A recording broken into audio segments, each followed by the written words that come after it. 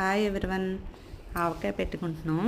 అంటే పొట్టి మిర్చి అంటారు కదా, ఎండుమిర్చి, పొట్టి ఎండుమిర్చి, నెక్స్ట్ ఆవాలు, మెంతులు ఇవన్నీ ఒక 3 రోజులు ఎండలో పెట్టేసి శుభ్రంగా మిక్సీ పట్టేసి అన్నీ ఇంట్లోనే చేసుకుంటాం. ప్రాసెస్ అంతానా బయట నుంచి ఏం పిండిలు కొనం.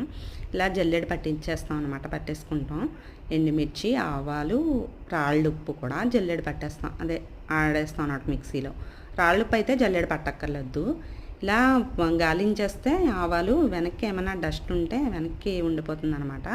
అంతా జల్లెడ పట్టేసిన తర్వాత వెల్లుల్లిపాయలు కూడా ఒలిచి పక్కన పెట్టేసుకున్నాం. మా తోటలోవే కొబ్బరి మామిడి పెట్టుకుంటూ ఉంటాయి. ఎందుకంటే కొబ్బరి మామిడి అయితే ఈ సంవత్సరం పెట్టిన ముక్క నెక్స్ట్ ఇయర్ వరకు కూడా అంతే గట్టిగా ఉంటుంది ఆవకాయ అనమాట. చాలా బాగుంటుంది. ఇవి ఒక 10 నిమిషాల ముందు వాటర్లో వేసి కొంతసేపు ఉంచాలి. ఉంచిన తర్వాత అవి తీసి శుభ్రంగా నీట్గా వాటర్లో కడిగేసిన తర్వాత ఒక క్లాత్ మీద ఆరబెట్టేసి అది శుభ్రంగా తడి లేకుండా తుడిచేయాలన్నమాట. మామిడికాయలన్నీ తుడిచేసి పిన్ని కోస్తున్నారు. మామిడికాయలు కోసి మధ్యలో జీడి ఉంటుంది, ఆ జీడి తీసేసి తుడుస్తున్నాను అనమాట. శుభ్రంగా నీట్గా ఆ జీడి తీసేసి తుడిచేస్తున్నాం. ఇది కొంచెం అంటారు కదా, కొంచెంతో కొలిచి వేశారనమాట ఆ ముక్కలో. ఇది ఆవకాయ నూనె, కానుగ నూనె కానీ నువ్వుల నూనె కానీ ఏదైనా వేసుకోవచ్చు. ఆ రెండిట్లోని అది వేసి కలిపేశారు.